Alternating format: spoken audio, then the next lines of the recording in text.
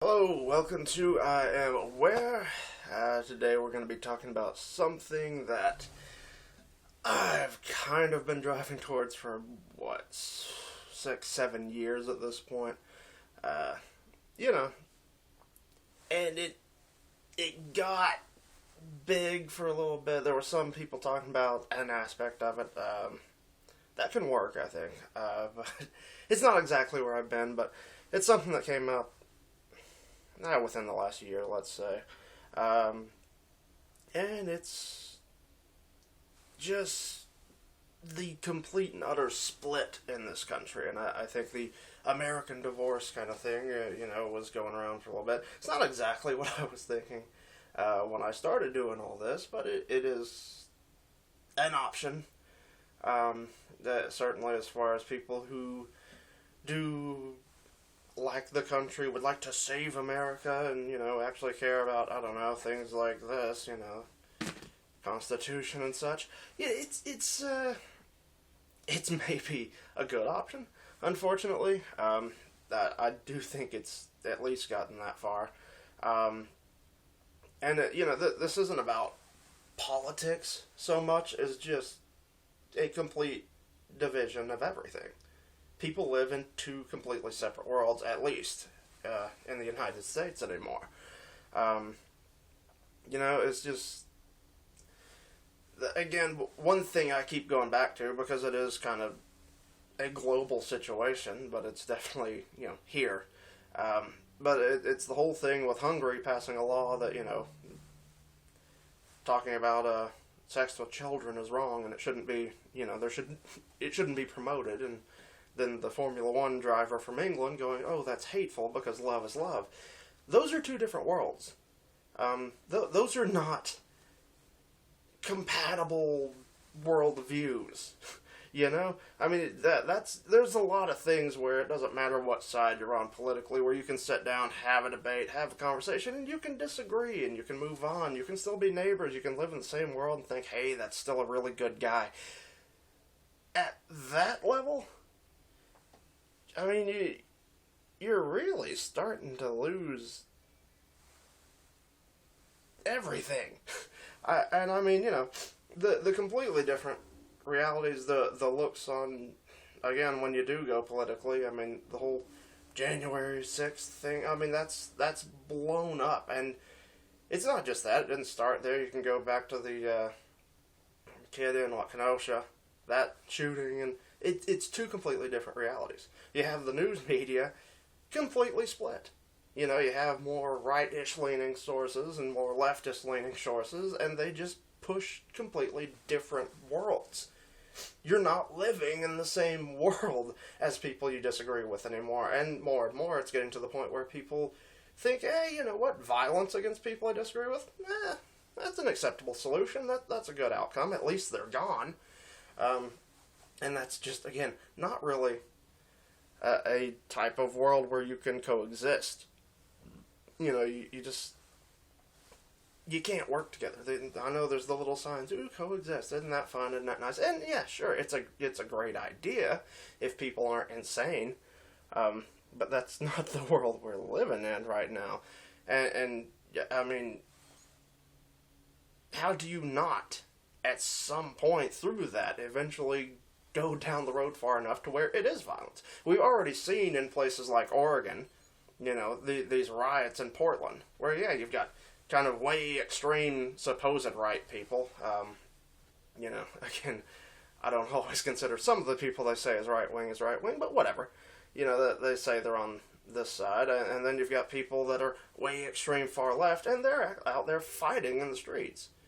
I mean, it's a minor little skirmish usually, but, people get hurt, people get killed, and there's literally small Civil War flare-ups kind of out in the streets, and, it's kind of what the Wisconsin thing was in Kenosha, right? It's just, was it Kenosha? I don't want to keep saying, I don't want to say the name. Again, we all understand. It even helps kind of seal the point here, I think. There's only certain things I can say right now during this video and still be able to say it to you. Right? I don't want to say the name of the kid that was involved with the shooting up there, because it may trigger something to where my video gets, taken down or you know, doesn't get to reach as many people on various sites because I'm not saying the right things for those who are in control of the technology companies and such who fall on more and more on one side. So that's a problem. You know, half the people feel like they cannot freely speak anymore, and that's like the First Amendment. You know, I mean, it's kind of an important one, and especially when you look at things, you always think, okay, well, yeah, speak your mind. That's important for freedom of speech. But you're to the point where they're banning, you know, newspapers. They're banning actual news sources for reporting things that are true. But it's not in the narrative they want to push right now, so it gets thrown down. Maybe 2 years later, like with a certain person's laptop, you know, oh, it's completely disinformation until 2 years later it's not. But now, well, you know, it's been around so long, how much does it really matter? And I don't know, maybe they use that as something to overthrow potato brains there. But, you know, I mean, he served his purpose. He's done a lot of damage. But now we're probably looking at a situation where you're going to have the Senate and the House go to the other way, you know. And, well, he's not going to really pass any more laws, so we can start working on pushing him out the door, you know. You know, maybe like the little memes where you just roll him in the wheelchair right off the cliff, you know, whatever. You move him out, you start looking for a replacement who might actually be able to win in 2024. So, you know, it's, and who would that person be? I don't know. It doesn't appear to be the vice president whatsoever. I mean, I've heard him throw around Pete Buttigieg. I'm sure that would be a big hit. And, Hillary Clinton, again, oh yeah. So, you know, and of course on the Republican side, it basically looks like it's completely up to Donald Trump. You know, people don't want to run against him because he's just such a nasty bastard to anybody in a debate with him. He'll destroy them. He can destroy their entire career. And, you know, I hear people, you know, conservative commentators a lot. Oh, man, I really like Ron DeSantis, but he can't run against Trump. I really hope he doesn't because, man, it would destroy him. You know, and it's like, what the... And what is that? What conservatism is that, by the way? Because, you know, I've been around for a few years now. I don't remember that part being conservatism. Being the way we do things. To where one guy can just destroy everything. You know, where one guy's word means all the difference, up or down. That's not how we do things. It wasn't, at least. But again, word I like to say a lot and throw around because it's a main point of how things happen. It's disenfranchisement. You know, you push down one side so far and push them so far to the edge, well, suddenly, you know, principles start to go astray and, well, we just want a guy who can punch the other side in the face. Now, you can be a Trump person. That's fine. Whatever. Personally, I think he's a bit lacking in execution, at least. I mean, seriously. 4 years, I'll admit he did some decent things. I'll admit that a lot of the crap they said about him was absolute false.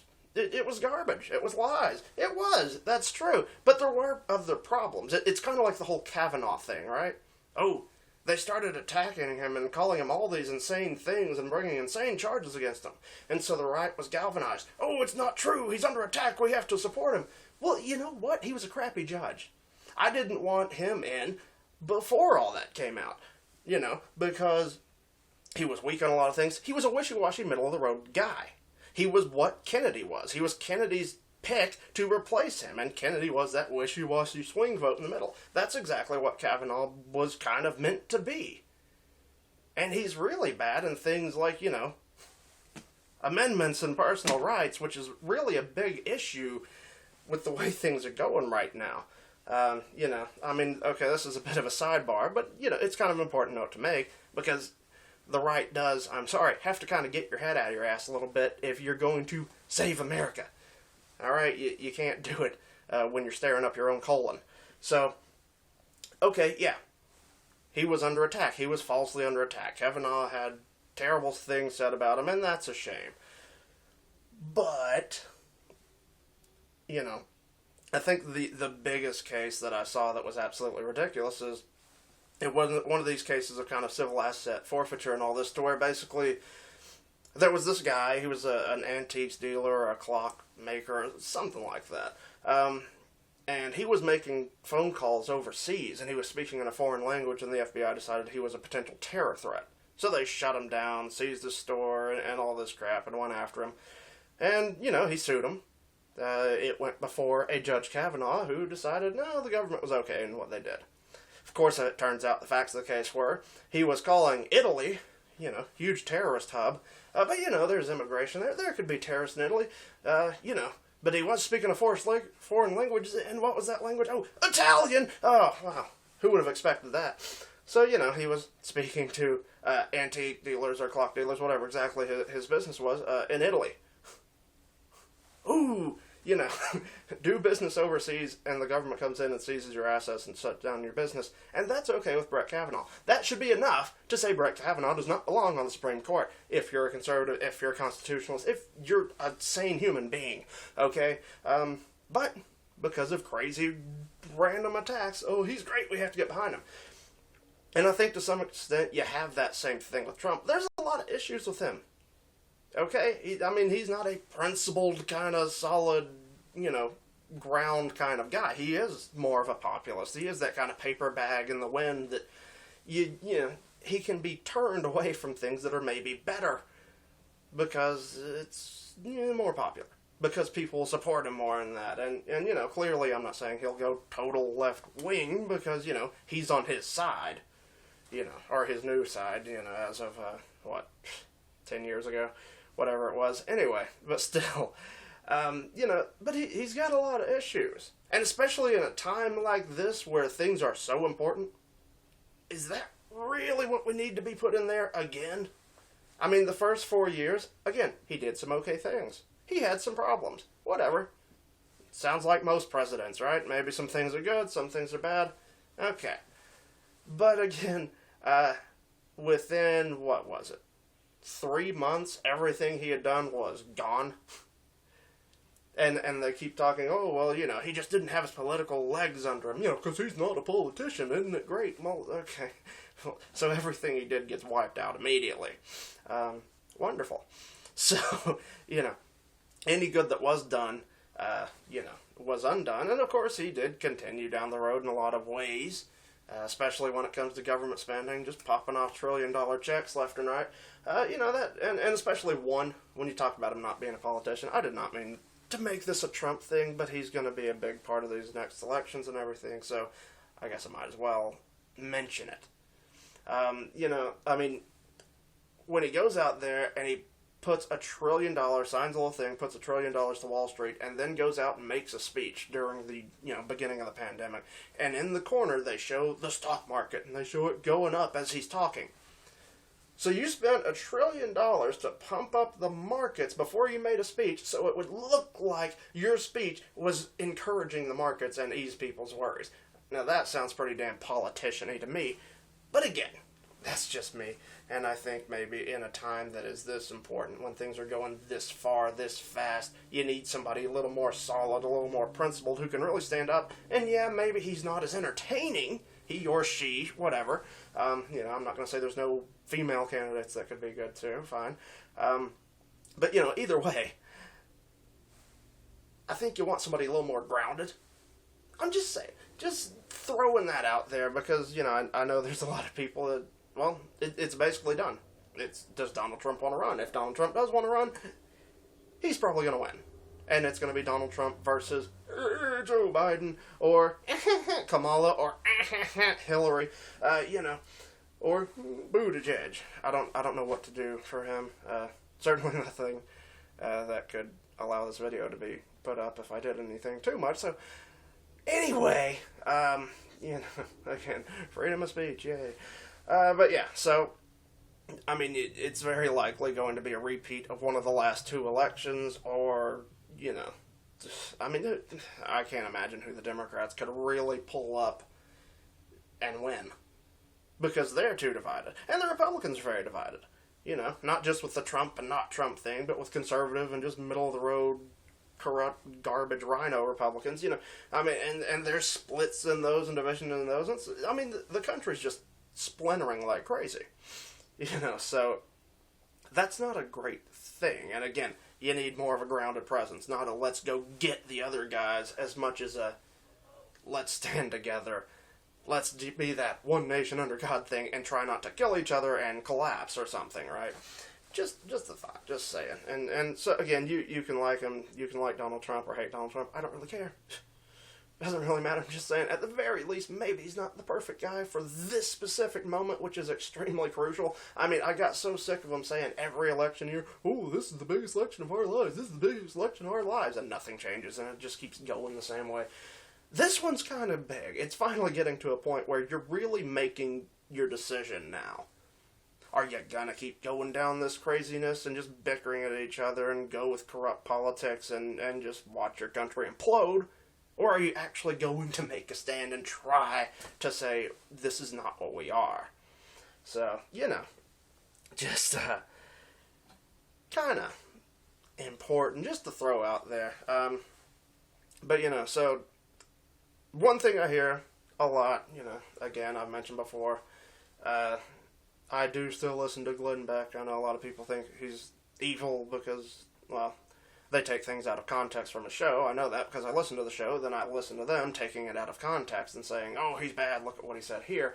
And it's just like, okay, I guess that works if you don't listen to him, but I did, and that's not what was said, and not what it was meant, and, But that's what they do. Because, again, split and divide everybody as much as possible. But anyway, one thing I know in hearing him, he likes to talk about a lot lately is parallel economies, right? Because the left and all these major businesses and everything are all tied together, the public-private partnership in the grand new fascist world. Anyway, so that's all going on. And so he said, well, we have to have parallel businesses, I know he promotes a cell phone company really big, Patriot Mobile and other stuff like that. And that's great. It's absolutely true. You do need businesses to stand with who are not going to sell you out, even at their own cost, when you look at a lot of the crap going on around the world and with this whole Ukraine conflict and all that. A lot of these businesses pulling out of Russia, it's costing them a lot to do that. They're losing a lot, tons of money in that, but they're all saying, well, we couldn't exist. We couldn't continue to do business if we stayed there. Not because people are rising up and making a big deal out of it, but because the system, as Miss Greenfield, the UN person for America likes to put it, the global system, and that's the term I'm going to use. There are other terms that, again, can't necessarily say them without the video being removed or a little banner put at the bottom that keeps it from reaching as many people and all that crap, So you can call it something like the Amazing Restart, or something like the Novel Globe Organization, whatever. Terms similar to that. But it's, I'm going to call it the new global system as it's put. The world system, global system, either way. Because I don't think that's a phrase that's going to get people taken down, at least not today. So anyway, but, so it's just, the parallel economy thing's good, but I think when you look at things like the Parler situation, you kind of see what happens in a parallel economy, because it's one economy connected to the government and the world governments, and one economy that's just people on their own, and if they get too big, if they go too much, if they start pulling too much business from some of these other people, well, that's how, the fascist system works, is that it's not only the companies watching the government's back, but the government watches the company's back. Or, government watches companies watch government. It's all tied in together. It's a partnership, right? So, if you have a company that's independent of that in a parallel economy that starts doing better, guess what? Those companies and the governments can come down on that company and kind of wipe it out. At least make it way less, usable or harder to find, and really take it down a notch, if not completely wipe it out, right? So, the parallel economy thing is great, and is right, and is, it's a good idea, But because of that public-private partnership and the fact that your competitor businesses that have nothing to do with you, but can still affect you, like the tech industries, which can completely keep people from finding you on the internet or searching for you and all this, and then the government can come down, hit you with regulations that the big established companies that are in line with them can survive, but you can't. And, that's something that's been going on since, again, at least the 20s, around that time, because that was back in the Woodrow Wilson days. Great guy there. But, they were passing laws at that point that were like, the big three car industries can kind of make their own rules and standards. So they would make rules and standards that they could pass and go. I think it started with like tire regulations or something simple like that. Something you think, oh, well, sure, tires should be regulated because, they can blow out and you could crash and die if you get a bad tire. So, yeah, it all sounds real nice. But then, you go from the 30s to the 50s or whatever, and there's a ton of car companies that try to go or were doing really good and just collapse because they could not manage the regulation. So this has been going for a long time. Again, at least from, Woodrow Wilson's garbage to FDR's New Deal and Lyndon Johnson's Great New Society or whatever, or Great Society. And, so it keeps going along. And there keeps being people build it up, put new parts to it.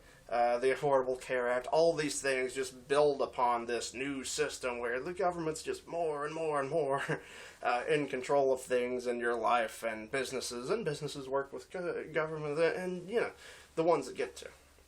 And that's why, you've got like 2 cable companies or something, 2 phone companies, major phone companies, and a lot of other options are owned by those major groups, and it's just, as a small startup, you can either sell out and, retire, have a decent life on a big bundle of money, or you can get wiped out, So you can sell out or get wiped out, and that's, it's really hard to make it on your own when you've got everything stacked against you like that. But, so when they can wipe you out, establishing a parallel economy is problematic because you've still got the government. Right, which is also willing to come down on the other guy's side.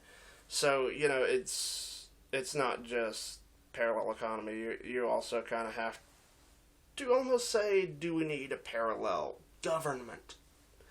And I think that's where you see a lot of the American U.S. divorce kind of ideas. And it's probably kind of important. And again, you look at what these businesses and stuff do, it's not just about big businesses or startup businesses or anything. You may just be a regular person sitting there like, I work my job, I try to get by. Now, of course, you're probably seeing the insane expenses if you try to go buy groceries or anything. So you're kind of seeing even just being a normal person and trying to get by is going to get more and more difficult also.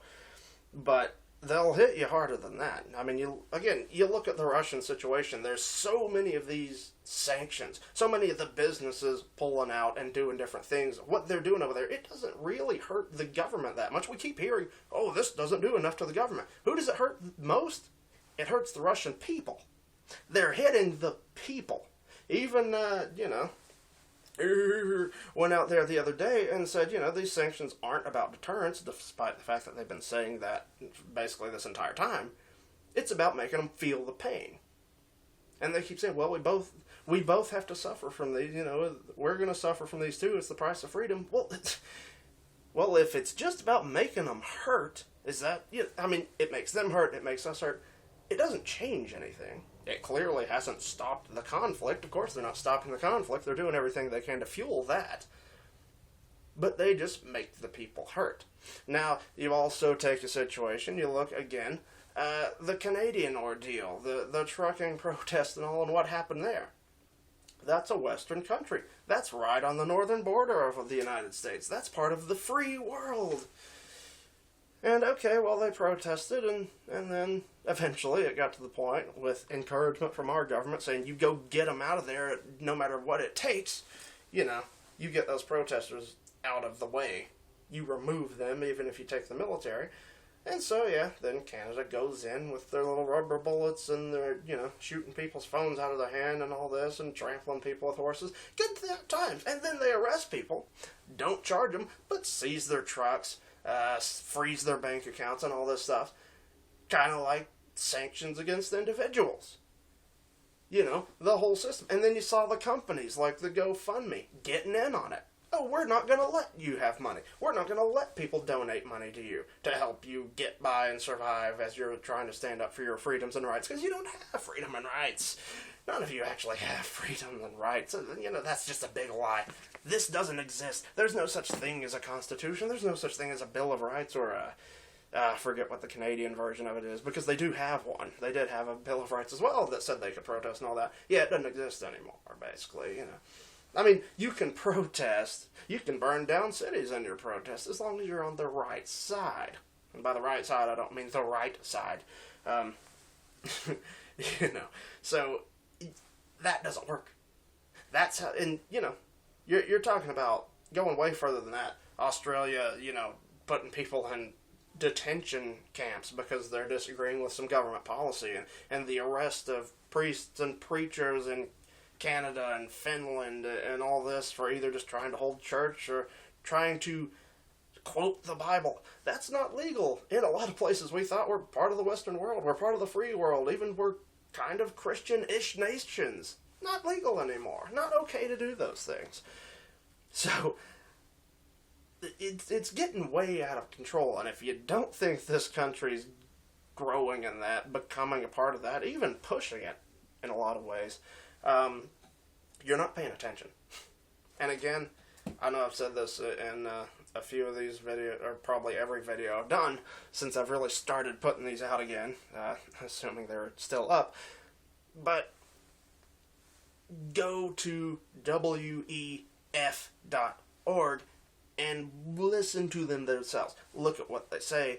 Find any speeches and quotes and everything from that you can. Look at the World Government Summit, I think they called it, where they got a bunch of people together and talking. They're not being closed-mouthed and everything about this. They're very open about basically changing the entire way, your entire way of life, the entire way the world works, the entire way economies work. They're very open about it. It's their stated goals, and yeah, there's a lot of people you can look up videos on whatever site you're on right now, and you can look up videos and people go, oh, well, yeah, maybe there's this and that, but that's really conspiracy stuff. Oh, that's not real. That people are blowing it out of hand. Well, the problem is, again, you can look at them yourself. You can look it up. You can see these massive, industry and company leaders, these big global, world leaders and all this stuff saying it themselves. Whatever she is of New Zealand, she's talking about it a lot. People, it's just, John Kerry gave a big speech at one of these meetings, talking about, when Biden comes in, don't worry, it's going to happen amazingly fast. The change is going to take place really fast. You're going to be shocked how fast and how, the extreme the change is. That may not be the exact quote, but that was definitely what he was saying. He may not have used the word extreme. It may have been a slightly different term, but it means the same thing. I'm not completely taking the words out of context or changing them. I just don't have them written down, and I'm running them off the top of my head. But you can look it up yourself. Again, don't trust me. Don't trust, the Glenn Becks and whatever lunatic person you may find on the internet and on YouTube. Don't trust that. Go to them. Look at them. Look at the WEF.org. Read what their statements say. Look at the UN's Agenda 2030. Look at all the crap coming together that they're doing. It's right there. It's out and open. Now, they put it in a real nice, happy way because they're trying to sell you on it. But really look at it. Really consider what all's happening right now.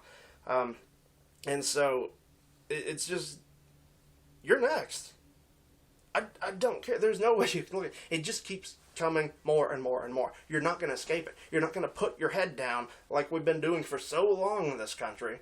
Again, it drives me crazy, people on the right. Well, we can't go protest like the left, oh, I've got a job, I got to do stuff. Well, okay, you just had 2 years where most of you were kicked out of your job, at least for, 6 months or a year of it, if not the full 2 years, you know, you didn't have your job. You didn't have anywhere to go. You didn't have anything to do. The only thing people protested were the things that were happening right in that instance. Which, yeah, they were overbearing, but my God, is that it?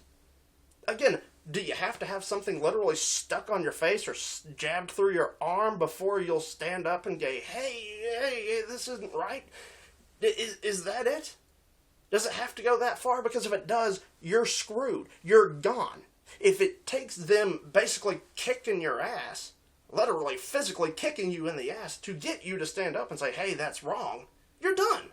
Because once they're to that point, where they're kicking you is in a big pit. And everybody's, you're not alive in that pit. It's a big, massive pit where people get put. And they don't get back out of the pit, okay? You let it go that far, you're already gone. You cannot let it go that far. You can't. You absolutely can't. You have to start standing up. Not just for, I don't want to wear this right now, or I don't want to get this medical procedure, or whatever it is. Again, being careful with my language. But, you got to start standing up for, hey, I have a right to do this. I have a right to congregate with my fellow citizens. I have a right to go to church. I have a right to speak without being shut down by the government or your damn fellow partner companies. I think that's one of the biggest things the right has screwed up, is going on and on for years that, the Constitution refers to the government, but companies can do what they want. Well, now you got a fascist world where, the companies are with the government, and what the government can't do, the companies can. And the police will come and back them up, and the government backs them up, and isn't that special? So you put yourself in a hole a little bit, let's be honest. And no, I don't care, Republicans will take the House and Senate in 2022. Doesn't matter. Show me where Republicans have proven they'll do crap outside of maybe a handful of them. They'll knuckle under to anything. They'll go along to get along. They won't pass anything important, and then they'll be voted out. Nothing will change. It's not going to save you to win the House and Senate in 2022. I'm not saying don't go vote in them. Damn sure do. Maybe actually try to vote for people that don't suck. I'm sorry, if you're in Utah and you're voting for Mitt Romney, what the hell are you doing? If you're in Carolina and you're voting for Lindsey Graham, what the hell are you doing? If you're in Kentucky and you're voting for Mitch McConnell, what the hell are you doing? Seriously. You can't sit there and say the country's going in the wrong direction, it's going all to hell, and then keep voting the same people in that are sending it to hell. And wonder, what's happening? I did my part. I voted for the same guy that's been there for 60 years. Wow. Well, you're going to get a lot of change that way, right? Anyway, so 2022 will not save the country. It does need to be done. You do need to go vote, but, local crap is way more important. You need to get governors in there who are going to stand against this kind of crap. And it means you have to do work. You can't just push the R or the D and think you've done your part. That's crap. It doesn't do anything. You have to know who they are. You have to support people who are really good candidates who you can actually trust to be in control of things and not sell out your people and your family and your future. Okay? It doesn't matter. Governor, state senators, whatever. Whoever it is. U.S. Senate, U.S. Congress, you gotta vote for all of it, but you gotta vote a way that's smart. You have to put the work in. Again, Benjamin Franklin, what have you wrought us? A republic if you can keep it. You're not keeping it. Just hitting R or D doesn't keep it. They didn't want political parties to be a thing. That's why they just say, when you're in school, they just say, all these people are the Whig Party. Because they wore wigs. There was no party. There were no political parties. They didn't do that crap because they knew it gets corrupt and screws things up. They didn't want political parties. So pushing an R and a D is not saving your country. It's not doing your work, and it's not the work to keep your republic. Period. Okay? It's not going to help you. It's not going to do anything. 2022 alone will not save you. It takes a hell of a lot more than just pushing a button in a box. Okay? You got to do a hell of a lot more than that. And the same thing goes for 2024. Yeah, it's probably going to be Donald Trump versus somebody who's horrible and has no chance of winning. You can talk about, the election may be swung one way or another by certain forces. The Russians, the Chinese, the liberals, the conservatives, whatever. You know, which again is one part where you just say, well, screw it. You know, we can't still do it. Still go make those votes. You know, or you get the Georgia situation, right? But don't think that's the end of your job when you're trying to do the work to save the country or save your state or your town or just, you know, your family from being part of a tyrannical fascist system. You have to do more than just push a letter. So, yeah, that's not going to save you. 2022 is not going to save you. Do it, go vote, but it's not going to save you. That's not the end of your job. That's not where the work stops. 2024, I don't care if it is Donald Trump. Fine, you want to vote for him? Whatever. I don't think he's going to be the big savior of the country. One man alone, I don't care who it is not going to save the country. That's not how it works. And especially one who didn't seem to have his political legs under him for the first 4 years. Hope he's got it straightened out now. He says he does. That's who you need to trust. That's gonna go real well. Anyway, so yeah, again, you want to vote for Trump, fine, but don't stop there. Don't think that fixes things. The president's not gonna change this one way or another. We've seen it for too damn long. It doesn't matter. Bush 1, Clinton, Bush 2, Obama, Trump, Biden. We keep going the same direction. Presidents don't change this. Congresses don't change this. Maybe when it's, you know, one side or the other, it goes a little slow or a little faster, but we keep going the same direction. So, you know, these big national votes, as important as they are, as much as I say keep doing it, keep voting, but vote smart and continue your work. Vote locally. You know, go out and take a stand. Yeah, you may have to give up your beach vacation to go, you know, save your frickin' country so you're not thrown in prison next year. You know, maybe it's time to do something. Maybe I'm doing something. I got my life. I got my job. I can't take a vacation day to go save the country. You know, maybe it's a little late for that. Maybe it's time to start making a damn stand already. Because if you don't, you're gone. It's over. You're not going to have your job, your family, or anything. You know, if you do go out and say something like the wrong thing at a school board meeting or something, guess what? You're a terrorist. Oh, you walk into a building where police are like, oh, here you go. You're a terrorist. What do we do to terrorists? Nothing good. So, you got to start putting work in. You got to start sacrificing a little bit. Now it's going to be really hard to, because things are insanely expensive. Because all the things the government's been doing are collapsing down on the people. It's getting really hard to do anything for a lot of people. Probably for you. Well, you've waited too damn long. But you can't just ride it out to the end, because again, in the end, you're being kicked into the pit. So, let's try to, you know, try and stand a little bit, try and make a difference. I mean, two of the biggest Western countries that are really standing up for their rights right now are Canada and France. What the hell is wrong with you people? Canada and France are outballing you? I mean, seriously? They've got more fortitude and more fight in them than America and Australia and all these places? What the hell happened to you people? What does it have to take? What do you have to see? What has to be done to you?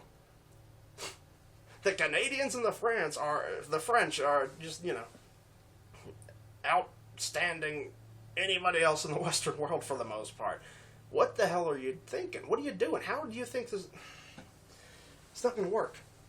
It's not going to work. And, you know, I mean, thank God for those who do stand up. Sorry for those in Canada, because you got a raw end of that. Hell, I don't know how it's going now. Again... It's not like they tell you much on the news about it, because it's the wrong side, and that didn't really happen, or something, right? But anyway, so, you gotta understand that this is coming. You will be targeted if you're on the wrong side. You know, again, if you'll knuckle under and just be a slave to the state and worship the state like any good, you know, socialist, communist, fascist, Marxist government, whatever, hey, that's fine. That's great. You'll get to live a horrible little life. And as long as you and your family and your children don't step out of line or say anything they shouldn't, hey, you'll probably live So you don't, but whatever, you know. Well, you won't have your house. You can't own anything. You know, well, car. You'll have to go for your gas car. And of course, because there's no parts, no chips, battery parts are getting low. Yeah, well, you probably can't find an electric car. You definitely probably can't afford one. But you know, so you just won't have a car. You know, bicycles are healthy, and you know, you don't really have anywhere to go. I mean, you know, there's nothing you can do. Everything's automated now, so yeah, you don't need to go anywhere. You don't really have money, you know, so you don't need to go to the store. You know, the government will send its little drone by to drop off what, you know, daily or weekly or monthly supplies you're allotted for this time period, and you know, it's a good life. You'll get to live in your dirty, filthy little shipping container that they call a tiny house, and you know, you'll live there with probably 10 other people, and it won't smell at all. So yeah, sounds great, right? So if that's the life for you, don't worry about it. Maybe you can go ahead and turn this video off because that's the way you like things, and life's going to be okay for you. For the rest of you, maybe pay attention. Maybe start taking a stand. And again, one thing I think would be really great, really important right now is economically, since it is the public-private partnership, businesses and government together, start making the businesses hurt. Because there's really not a lot of sense for these businesses to do this long term. You know, again, if nobody can own anything, what the hell are all these businesses selling? How is anybody buying anything? How do they stay in existence unless it's just they have a government contract to produce certain things, which generally means you're only going to have one company of each type. You're going to have a monopoly in every single market. And, you know, you got a bunch of companies that would be competitors all going along with this. So either they got to merge into one thing, or what are you doing? Who are you selling to? How are you staying alive? Long-term companies.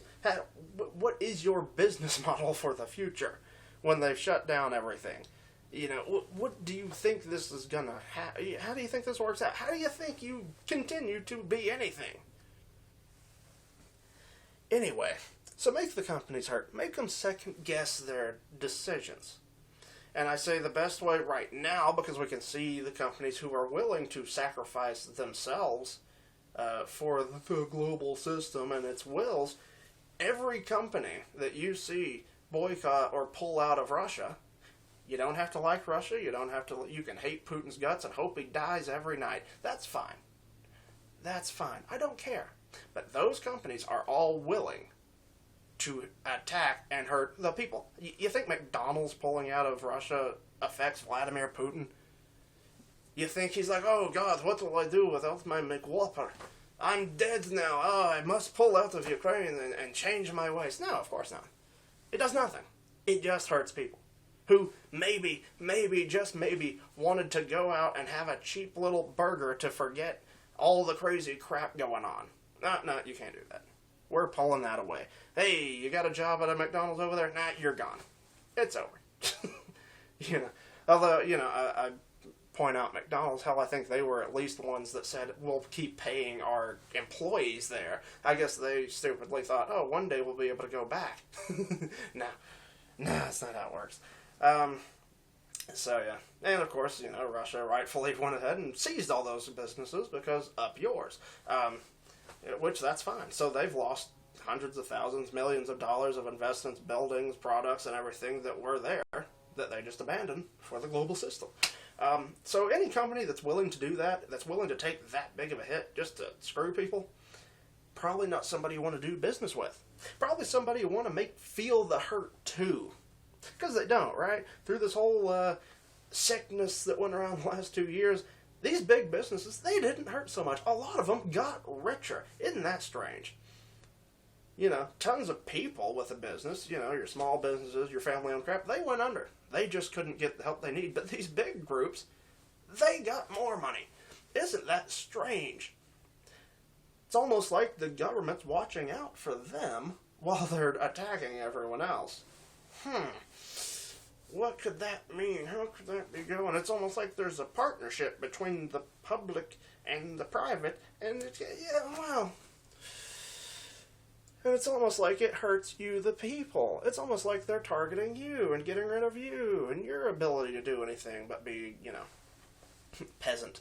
So, I would really say, yeah, boycott those companies. Make a list. Again, I think I said it earlier, and I still intend to do this. I'm holding this video back because I don't think it's as time sensitive as some of the other ones, and I want to kind of get other ones out, space them out, because I got to make them and then go over there and download them, and then come and make them and go and download. So, it's a whole thing, and it takes time. I'm going to try to get on a better track with that, but still, what I'm going to try to do is go look up all these companies, get a good list, and I may very well come and do a video here for all of you just listing all those companies. But again, don't wait for me. You can go do it yourself. Again, I'm sure if I can find it, you can find it. But start boycotting these companies. Start saying, I'm not buying from you. And it can be hard. A lot of them are huge companies. A lot of their competition doesn't exist anymore, on the small side, for a lot of these things. But, start making them feel it. Yeah, they got hurt. They were wounded by pulling out over there and saying, we're not doing business in this big-ass country, this major world power, right? So make them feel it here, too.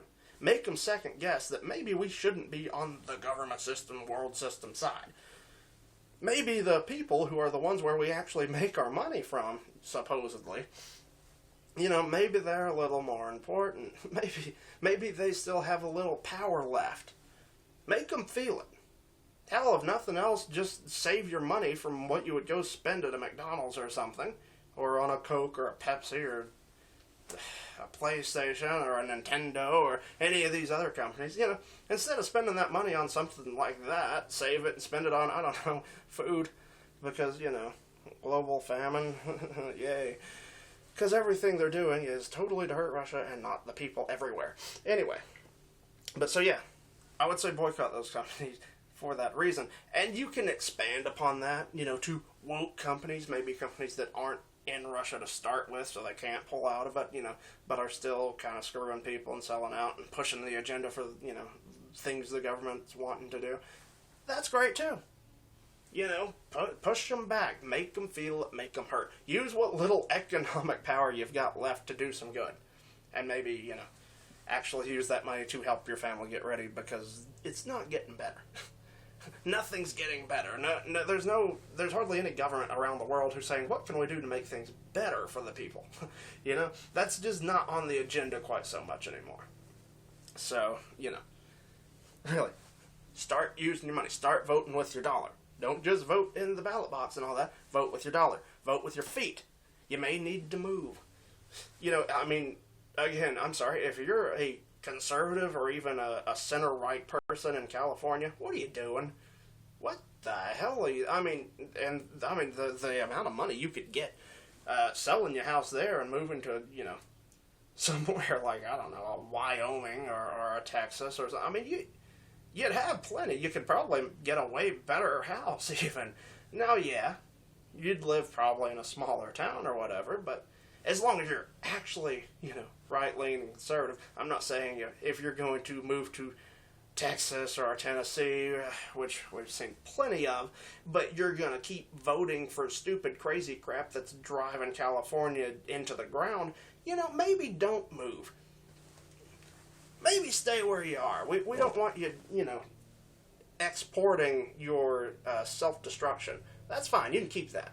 If you're going to be a termite, if you're going to sit there and destroy your state with all these idiotic policies, and then say, well, there's nothing left, this place is gone, and then move to one of these places, like a Texas, a Tennessee, I don't know, Florida, anywhere, that's trying to be sane fiscally and politically and all this, maybe don't, just, if you're just going to be a termite, if you're just going to chew away at everything, oh, let's move over here, oh, well, we destroyed that state, hey, that one looks good, maybe just stay where you are. You're not helping anyone. You're not helping yourself even. But if you're not crazy, then you might need to move. And it's something I know I've heard Crowder kind of argue, like, no, we got to hold our ground. I don't know if he still feels that way, because it's going really fast. But of course he was talking about, I think, people in like Wisconsin and Michigan and states that can be purplish at times. I mean, I don't know. But, definitely, if you're in a state that's just totally solid blue and you're not a woke leftist crazy person, you should probably not live there anymore. And again, because prices are so insane, you're probably going to make decent money moving somewhere better. Yeah, it's chancy. It's kind of a leap of faith. You're moving your whole life and your family and all that, and that's hard, I understand, but is it harder than staying in the giant fascist, crazy, tyrannical state? Is that really the easier path? Again, look ahead, long term. So you might want to vote with your feet. You definitely want to vote with your dollar and with your ballot come election times. And again, not just national elections. You can't keep focusing just on the big people you see on TV every day. They're not the ones destroying you at your hometown, okay? You gotta get everything going. And if there's not a good person running, maybe you could go. Maybe it's time for regular people to, man the government that was supposed to be of the people, right? Not the career politicians and rich douchebags that just screw everything up.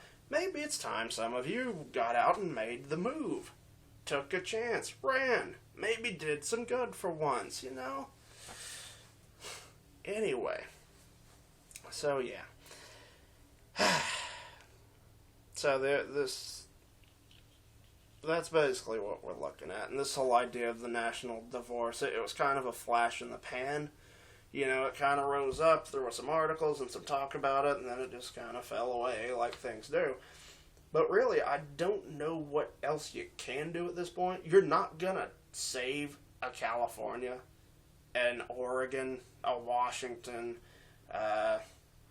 probably a New York, a Vermont, Illinois probably. I mean, because, Chicago's got such a stranglehold there. I mean, you're not going to save those places. These far out crazy places, you're not going to save them. You're not going to be able to fix them. You're outnumbered. It's one of those things. United we stand, divided we fall, right? Well, okay, the country as a whole is not standing. But if all the people who are still somewhat constitutionally sound still care about, things that we used to consider traditions and good and righteous and all this thing, if you still care about all that at all, but you're all scattered across the country, well, if we stay divided, we're gonna fall. The country's gonna go down, the whole thing's gonna go down, and we're all gonna go down with it. So, the best thing we can do, and look, some of you hate that idea, I know, but start small. Save your town. Then, kind of your city. If you're a little suburb of a bigger town, save your city, save your county, save your state. You gotta focus on the smaller things first. You can't start at save the country. Because that's the hardest thing to do, okay? I mean, other than, I guess, save the world, which that's what the big global system likes to talk about. We're saving the world. So, you see how well they're doing with it.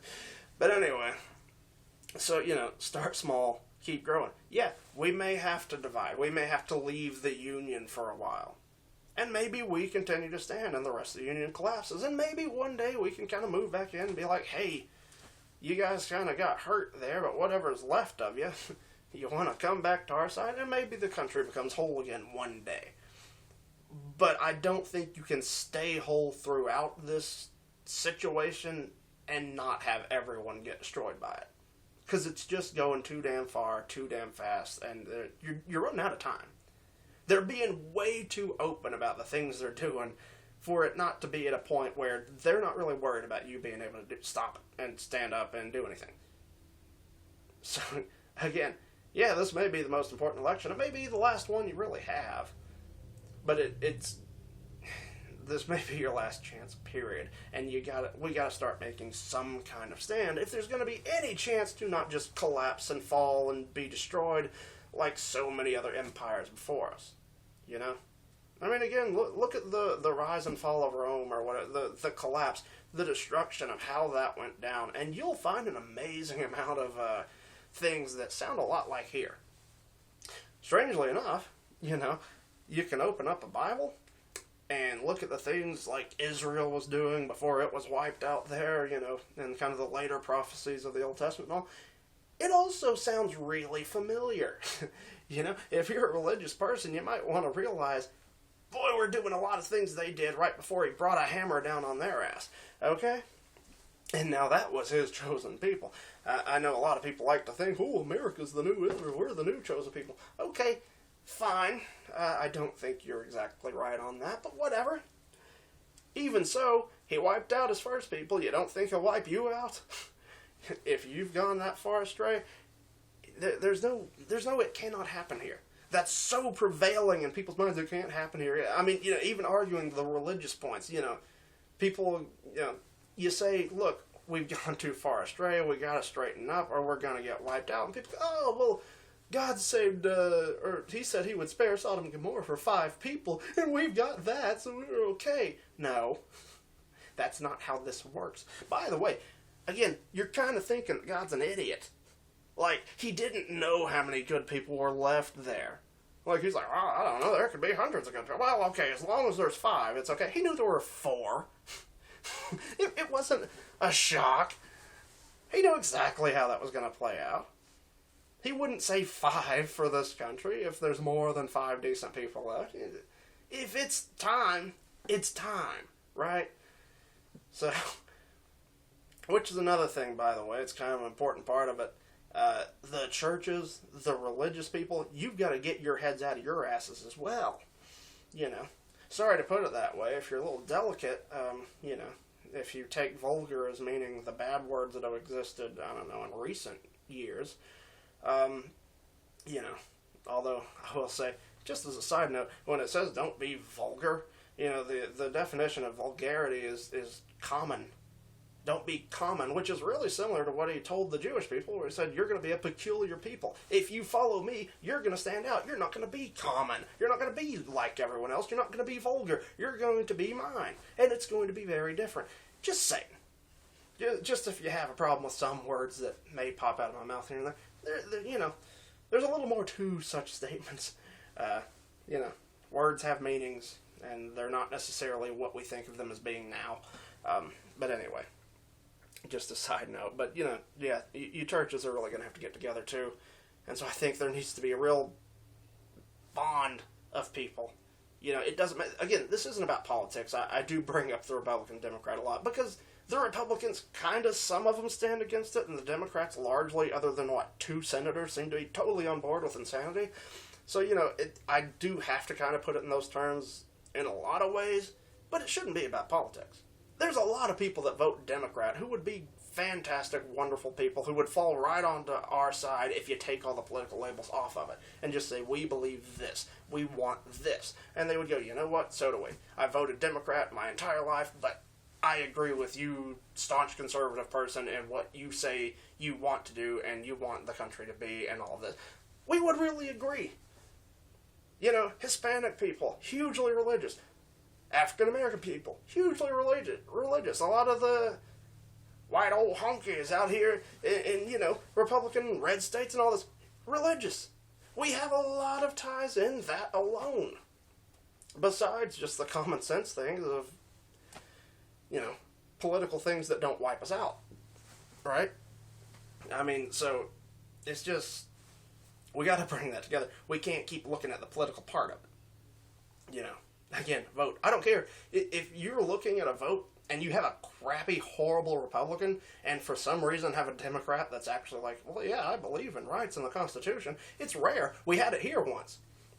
There was one of those wishy-washy, middle-of-the-road Republicans running, and somehow a conservative got through on the Democrat side.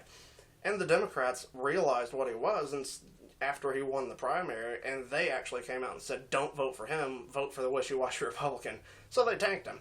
But, if the better candidate is on the other side, is not somebody you would regularly vote for because of the letter beside him, maybe take a shot at it. Maybe vote for an independent. Look at the people and, go by what they're really about, not by what party they happen to bow to. But anyway, so... it doesn't need to be a political thing. And even in religious stances, I do think, that was part of how this country started, and it's would probably be part of how we continue it in the states that are not insane. Um, you know, Religion is not something that the world system is really a fan of, and that's really any religion. So I kind of say that. Look, yeah, Christians and Jews, there's been some healing there, I think, from where it was years and years ago. Certainly since the Inquisition and all that crap.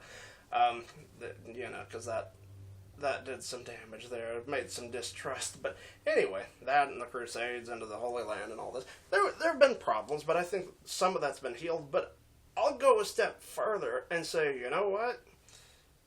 We don't like 9/11. We don't like a lot of things that happen. But there's, you look at Islam outside of the end. They want to say a lot of the same things apply. They want to say it's the same God and a lot of the same rules apply. You know what? So long as they're not insane, crazy Islamic extremist type people, maybe we can say, hey, we get along just fine with these Muslims. We more or less believe a lot of the same things. We can live side by side. We can get together because, you're not insane. I don't want to draw that small of a line, but, when you talk about bringing religion together, and I'm not saying make one unified religion out of the three, you'll still, of course, be independently Jewish, Christian, Muslim, and all that, but you can at least live together. You can coexist. Unless you're insane. Okay? You can be politically insane and not be able to coexist. You can be religiously insane and not be able to coexist. But, at the end of the day, if we put down our laws as they're supposed to be, if we do try and be peculiar, non-vulgar, and all this, we're going to find we're more or less able to live together. Even if maybe you do look all the way at the end, you're like, boy, it seems like we're looking at two different sides that are, it's two sides of the same thing. I don't know how we're going to get along at that point, And so, yeah, you know what, fine. We'll have our big holy war at the end, but hey, we can be fine till then, At least for a little bit. At least until our greater enemy is kind of dealt with, right? But anyway, and I'd throw the sheik. I always say sheik, like it's the Saudis. The Sikh people, also very similar. Monotheistic, have a lot of ties and stuff through Muslims and some of that. And it's a lot of same laws. I've seen Jewish people go and say, wow, these people are, pretty cool. I can go talk with them and live perfectly in a godly way and, not even stand out that much amongst these people, So there's at least 4 groups religiously where we can say, hey, you know what? If you're not insane, we can stand together. And we're okay with everybody, we're not going to kill people for not doing it the right exact thing and this and that, So, anyway, it's just, you got to have a lot of healing, a lot of coming together, a lot of getting your crap together in gear, in politics, in religion, in business. You really got to work.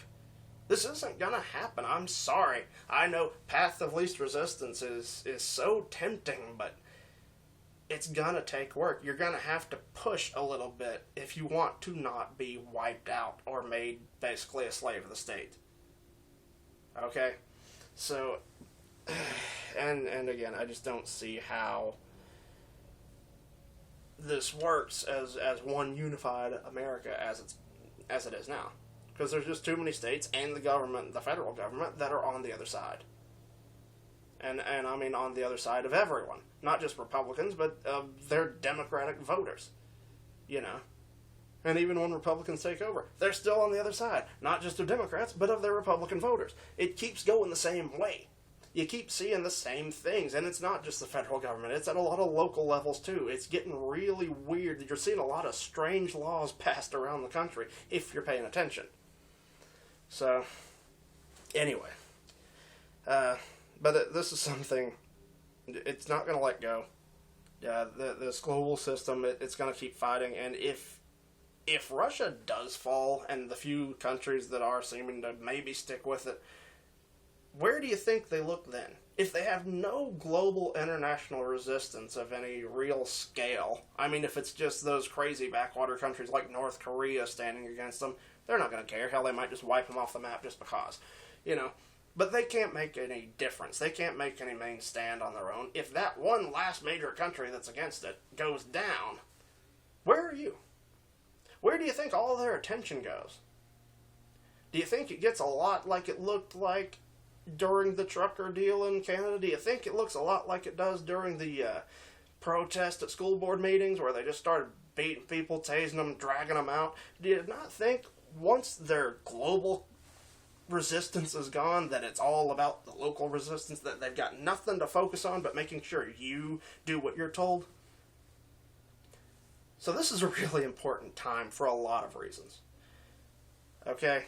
And so, again, I mean, you don't have to like Russia, you don't have to like Putin, you don't have to like what he stands for, what you think he's going to do or wants to do, or what they're doing in Ukraine right now.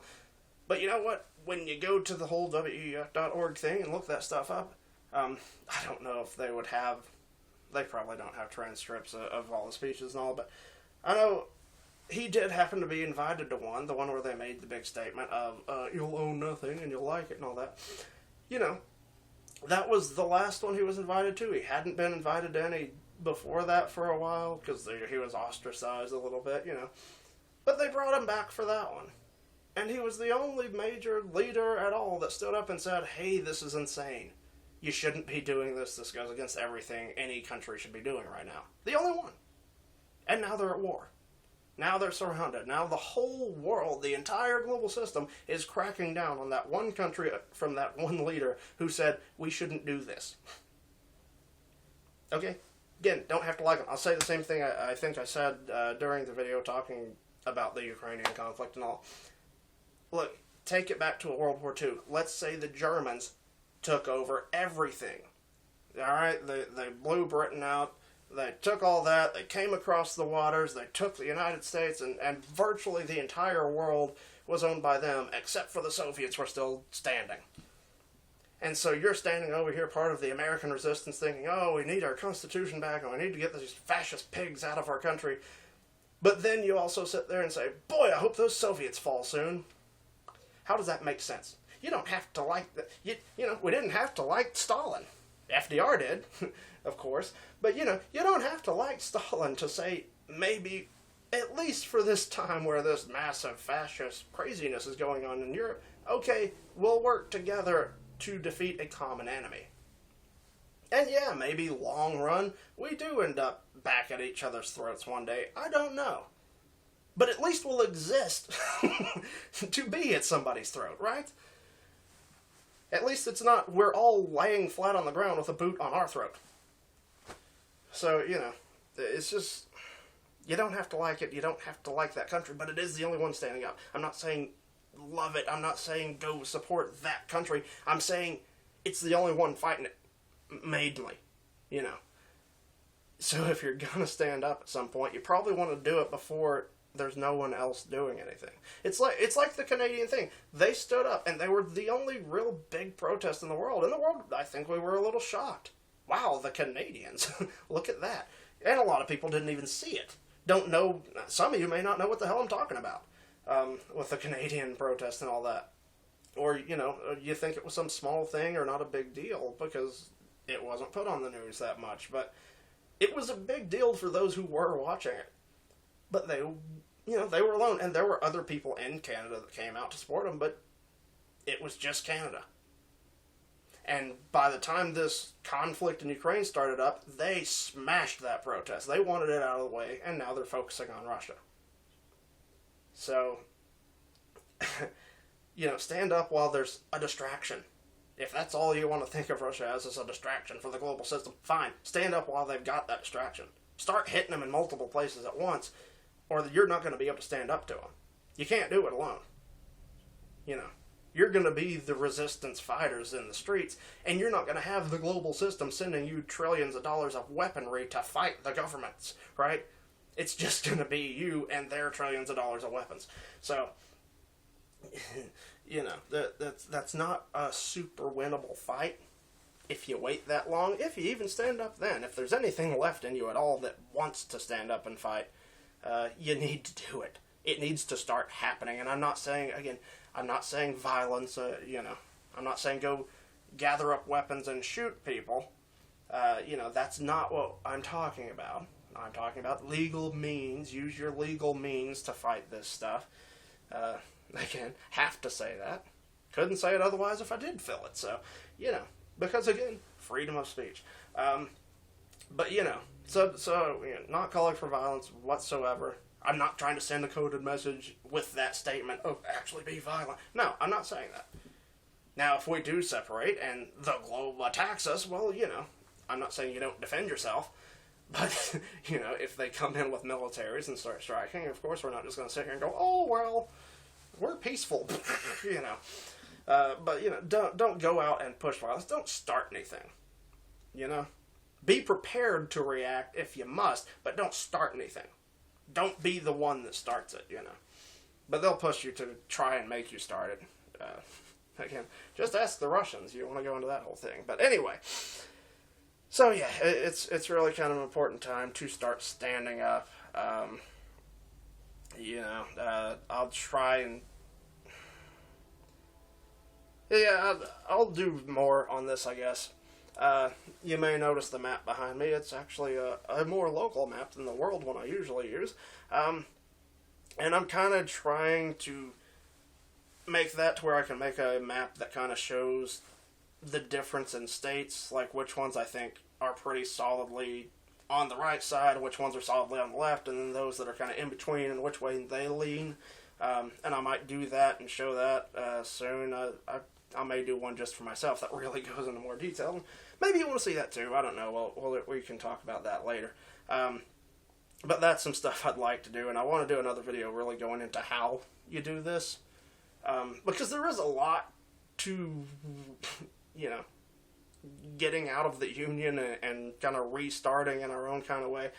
There's a lot to it. Some of it, I think there's some issues that aren't as bad as some people think, and I think there's a lot of issues maybe people don't even consider that much, but I'll try and go further into that in a later video. It's just, you gotta stand. While there's still international existence, you're done.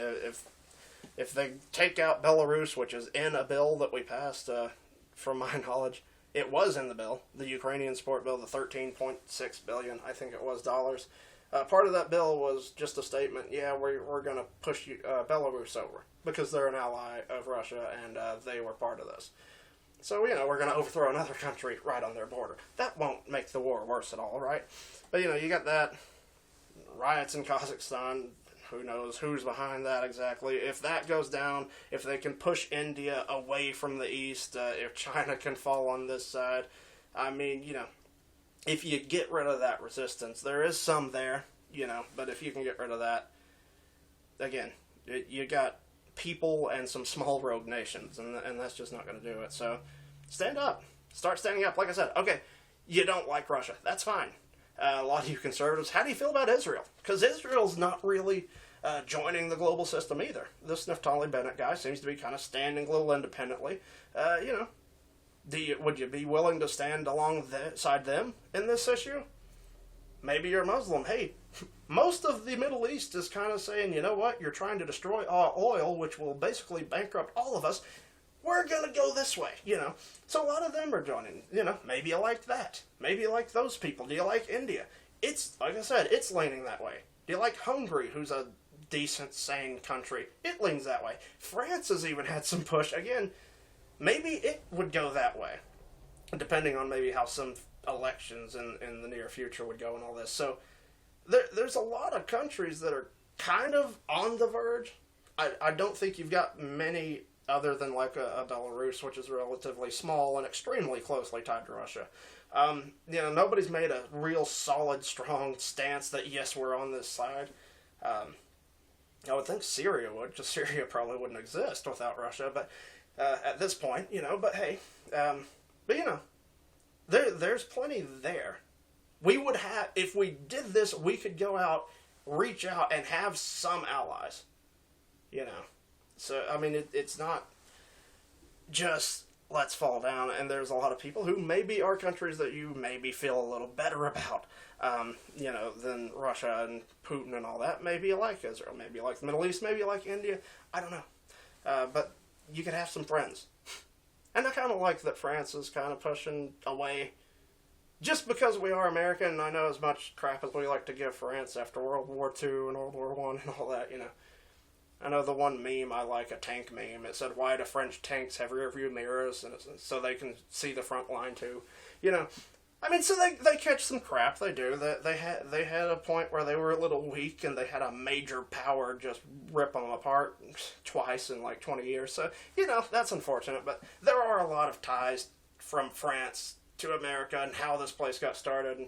And again, something I've mentioned before. You go all the way back to kind of this woman brought up by God in Joan of Arc, who basically made sure that France did still exist, and then hundreds of years later, we could exist because France still exists, and maybe France can still exist because we separate and keep fighting and still exist. Who knows? There's a nice tie there, so, as much crap as we like to give them, I hope they can, exist. We'll see. But, So stand up, be a part of the resistance, and make American values a part of that resistance group, right? You've got maybe some of it in places like a Hungary. Maybe they've got some Western values with some true tradition and religion and things that we used to have.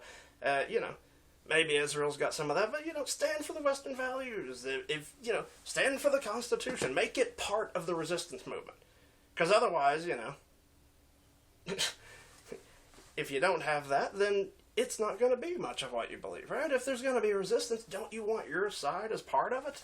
At least to have that American way kind of influence, and I don't mean modern American way where it's just horrible, but I mean, old school founding American way, minus, of course, the slavery and racism for any who are wanting to harp on that. No, clearly we're not going back to that. No one would want to go back to that. Well, maybe some, but again, they're crazy people. And they probably fall more on the left anyway. So, anyway. So, just take a stand. And like I said, vote. Vote with your money. Boycott these damn companies. The woke companies. The companies that are pulling out of Russia. The companies that are making people hurt, even at their own expense. Just to support this system. Make them feel it. Make them hurt. Vote with your dollar. Make it, again, move if you have to. There's a lot of places in this country that they're pretty solidly left. They're not going to be saved. They're not going to be changed. And if you're not going to vote for crap like that, get out, come on to a more sane area. I'm sure you'll be welcome. And just be ready for this. Be ready to stand up.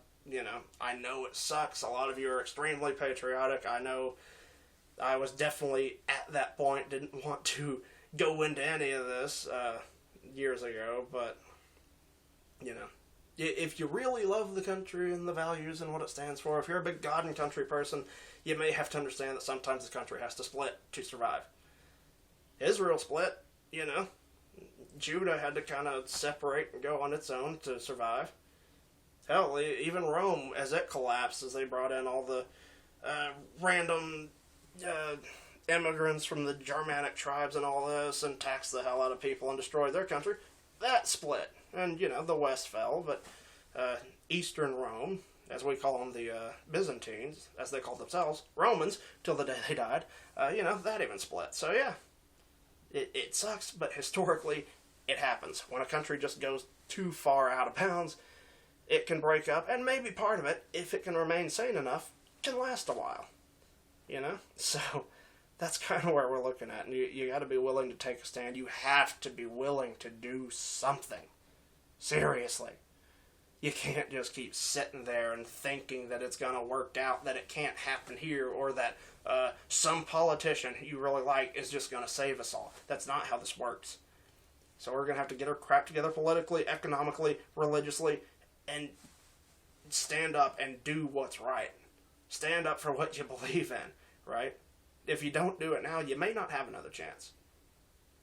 So, like I said, this is just a primer, kind of.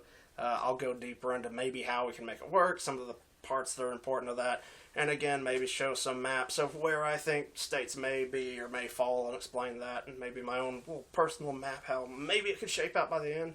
Because I don't think necessarily you have the same lines and everything. States may break up a little bit because certain parts of states, you know, like there's probably going to be big blue group, more of a red group, and you know, you're going to have states on the edges of those groups that are kind of split, like a Virginia.